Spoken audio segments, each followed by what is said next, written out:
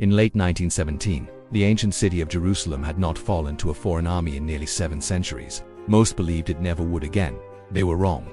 This channel tells the stories of moments that quietly reshaped the world, not through spectacle, but through decisions, systems, and patience. History rarely turns on noise. More often it turns on restraint. The capture of Jerusalem in World War I is often remembered as a symbolic victory, a holy city changing hands, a dramatic headline. But this isn't really a story about religion or even about one battle. It says a story about why an empire that had ruled the Middle East for 400 years suddenly could undefend its most sacred city, and why the army that took it chose not to conquer it in the usual way. Because what happened in Jerusalem in 1917 was not inevitable.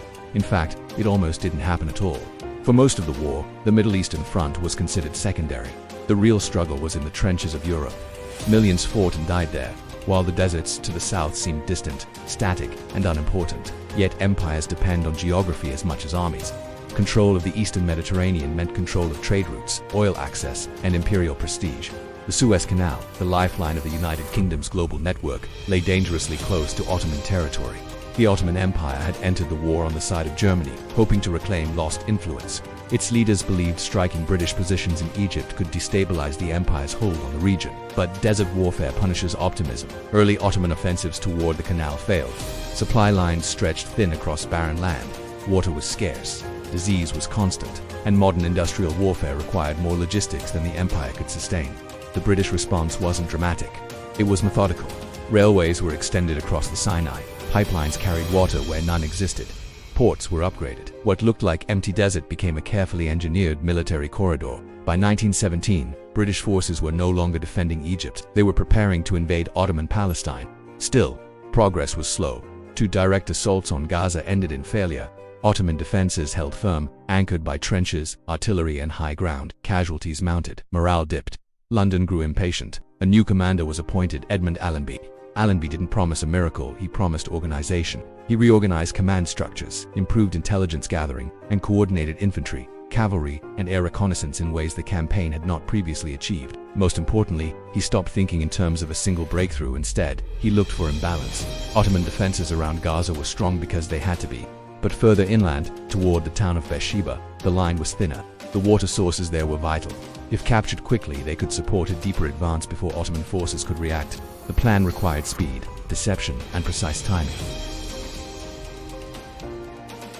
Meanwhile, mounted units moved secretly toward Beersheba, traveling at night to avoid detection. On October 31, 1917, the assault began. Infantry attacked the outskirts while artillery targeted defensive positions. But the most decisive moment came late in the day, when mounted troops launched a charge across open ground, not as reckless bravado, but because there was no time left to capture the wells intact before nightfall. The gamble worked. Beersheba fell. Its water supply was secured. With the eastern anchor of the Ottoman line broken, Gaza became untenable.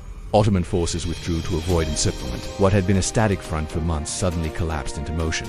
Yet capturing towns was not the ultimate objective.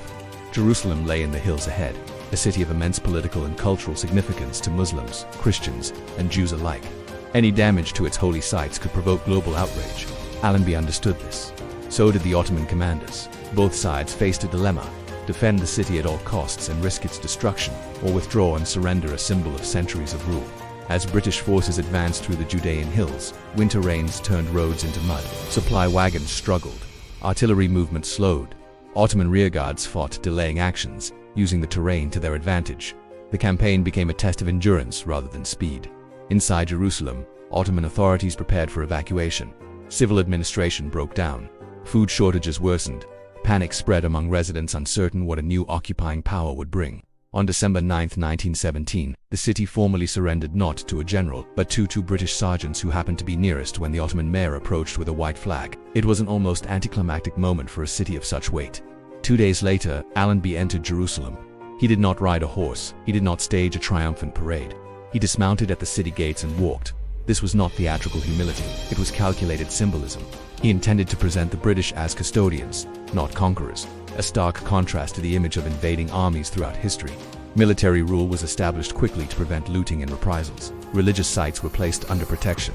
Public proclamations were issued in multiple languages, emphasizing respect for all faiths. The discipline of the occupying force mattered as much as the victory itself. Strategically, the fall of Jerusalem did not end the war in the Middle East. Ottoman forces remained active further north, but psychologically the impact was enormous. For the Allies, it was the first major success in the region after years of stalemate elsewhere. For the Ottoman Empire, it signaled irreversible decline. The city held since 1517 was gone. More importantly, it shifted the political future of the entire region. British control of Palestine created conditions for new administrative systems, new borders, and new promises, some of which would later conflict with one another. Wartime agreements, declarations, and expectations began to collide in ways that would shape the century to come. The battle for Jerusalem wasn't just about who held the city, it was about who would design the post-war Middle East. And that design was never simple. Arab forces fighting alongside the British expected independence. European powers negotiated spheres of influence. Local communities feared marginalization. The collapse of Ottoman authority left a vacuum that no single vision could easily fill. Thus, the capture of Jerusalem marked the beginning of a long, complicated transition rather than a clean conclusion. From a military perspective, the campaign demonstrated something equally important. Modern warfare could be won in inhospitable terrain through logistics and coordination, rather than sheer numbers alone. Railways, water systems, reconnaissance aircraft, and disciplined planning proved decisive. It was not a glorious cavalry war. It was an engineering war. And perhaps the most striking aspect of the entire episode is what did not happen. Jerusalem was not bombarded into rubble. Its sacred sites were not systematically destroyed. The city did not become another Verdun or some. In an era defined by industrial slaughter, restraint prevailed not out of sentimentality, but because both sides recognized the consequences of doing otherwise. History often celebrates destruction. Here, preservation was the strategic choice. By the time the war ended in 1918, the Ottoman Empire was collapsing on multiple fronts. Within a few years, it would cease to exist entirely, replaced by new states and mandates drawn on maps far from the region itself. Jerusalem remained at the center of those transformations. What happened in December 1917 did not resolve the city's future.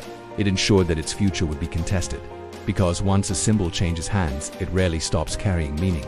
Today, the capture of Jerusalem in World War I can seem distant, a footnote overshadowed by larger battles in Europe, yet its consequences are still unfolding. Borders, alliances, and tensions across the Middle East trace back, in part, to the moment one empire quietly stepped aside and another stepped in, not with a charge through the gates but with a walk. History did not turn because a city fell. It turned because of how it fell through planning, restraint, and the recognition that some victories shape the peace more than the war. If there is a lesson here, it is that power is not always measured by how forcefully it can strike, but by how carefully it chooses not to. Thank you for watching.